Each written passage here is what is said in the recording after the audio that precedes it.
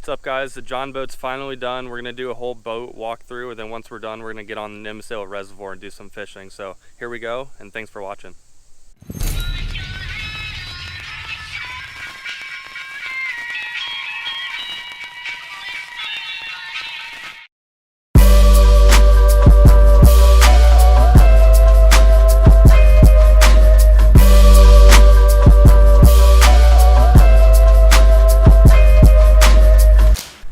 Alright guys, we're finally done with the John boat. It came out really well. First, a little disclaimer. My dad did a lot of the physical labor. I did a lot of the planning and I put a lot of money into it, but he did do a lot of the physical labor. So when I say I did something, it's probably mostly him. So now that I got that out of the way, I'm just gonna take you through the whole boat.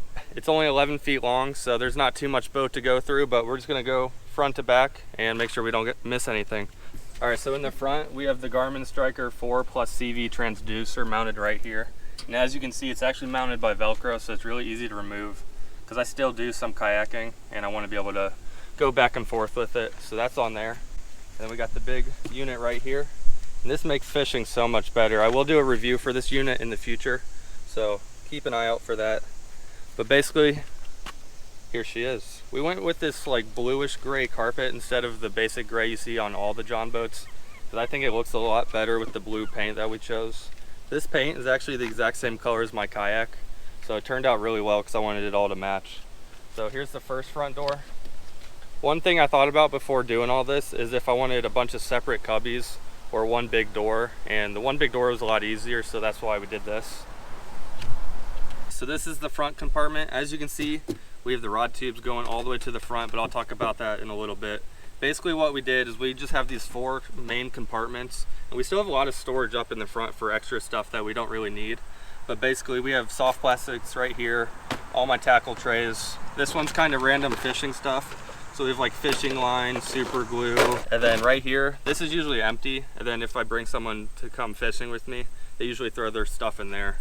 So there's tons of fishing storage in the front, so that turned out really well. So now that we're done with that, we're just gonna keep moving down. Alright guys, so as you can see, we have 6 rod holders in this entire boat. And as you can see, these are 7-foot rods, and they actually fit really well. So I have 3 here. We actually have the paddles in the other side right now. But usually if somebody's coming to fish with us, those go in the front of the boat, and then they're able to put their rods here. Right now I only have 3 in this one side, but you can actually fit 2 bait casters in each of these holes. So you can fit up to 6 rods in each sleeve, which is really nice. So for the carpet, this was carpet we got at Home Depot, and then we just went with 1/2-inch plywood for all the wood throughout the entire boat. That turned out to be sturdy enough that we didn't have to do like a lot of structural reinforcement, so that turned out really well. So right here, this is kind of the wiring of the boat. So this powers the fish finder. This is for in the future when we're gonna add a live well, we'll be able to just turn it off and on. These are actually USB charging ports, so we can charge batteries, phones, all that stuff. And then right here is our bilge pump. This is the main chair for the boat. We decided not to get actual boat seats because most of the time we're fishing, we're actually just standing up anyways. And then if we're not using this, I'll usually be in the back because I like working the motor. And then if I'm not using this, I just take it out and then it goes right here. And then I just stand on this part and it's completely out of the way. So that's really nice. Here's the rest of the storage for the boat. So right here we have kind of like all the electronics, bilge pump, which isn't set up right now. It works, as you can see, but we didn't put the hose on yet and it still needs to go back there, so it's just sitting here. We have basically a bunch of random boating related stuff right here. So we have like the anchors, whistles, we have the life jackets back there, as you can see, so everything's legal. All right, so right here we got the big 115 amp hour 12-volt battery, and that powers this 55-pound thrust Newport vessel trolling motor. I'll talk about this a little bit more soon, but this battery will last like 6 hours on a single charge, so that's definitely enough for taking it out on big fishing trips. Over here, a little full right now, but basically when I'm fishing back here, I like to put whatever tackle I'm going to be using that day just back with me, so the person fishing the front doesn't have to hop off every time. So I just have some soft plastics, I got the scale, pliers, all just the usual stuff I use. And then it's just back here so I can use it whenever I need it. All right guys, here's the motor for the boat. This motor is really nice. It's a 55-pound thrust, and with a single person, it'll do about 5 miles an hour. And then with 2 people, it'll do about 4.5 miles an hour on top speed. and it's a 5-speed. It's got the adjustable shaft, and this thing's just really nice. It does forward, reverse. And the thing I really like about this motor, one, it's extremely quiet, but it also shows the battery life right here, as you can see.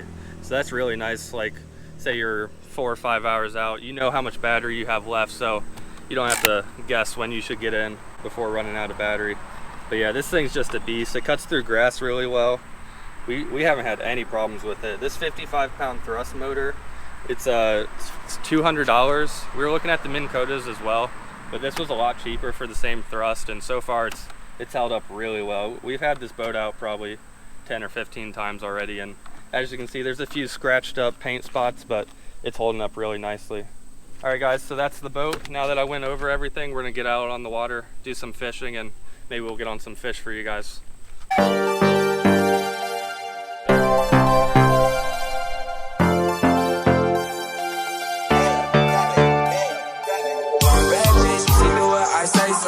Big 40s in a big ass Draco. 3 more brains when you ask how my day go. Put up a phone, now the blueberry Fago. That's huge. Dang, that's awesome. I couldn't even lift this other one up over here. Oh, there he goes. It broke right off. Oh shit. Oh my gosh. That's nuts. That's crazy. It might be 100 pounds worth. That is amazing. That's awesome. You got all those today? Yeah. All right guys, we're heading out to the first spot. Those catfish were pretty cool, but basically what we're gonna be doing is we're gonna be looking for those deep bass first, because it's about 4:30 and the bite's been pretty slow this week, so I think the bass are gonna be pretty lethargic and slow. So we're gonna do deep bass first. I have a big football jig on. I have the Ned rig for when we go shallow, then I also have a swim jig if they're into that today. So we're just gonna be throwing a bunch of baits around, see what happens, and here we go. Go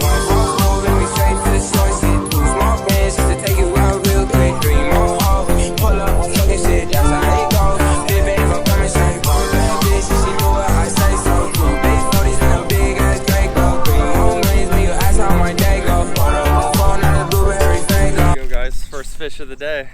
It's really small, but we're in a new area. I've never fished over here at all. We just got that really nice bass. Hit the Ned rig. I got a bite right before here, but I wasn't able to get him in, but I mean, it's a solid first catch. I'm hoping they get bigger from here, but it's a cool looking guy.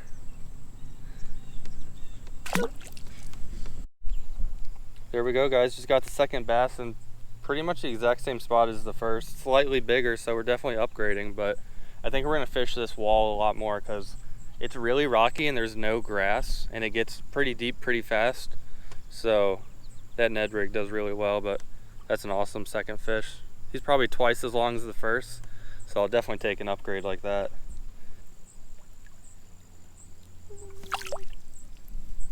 All right guys, done fishing for the day. Hope you enjoyed today's episode. Make sure to like the video, subscribe if you're new. Comment below future video ideas or what you thought of today's video, and I'll see you guys in the next one.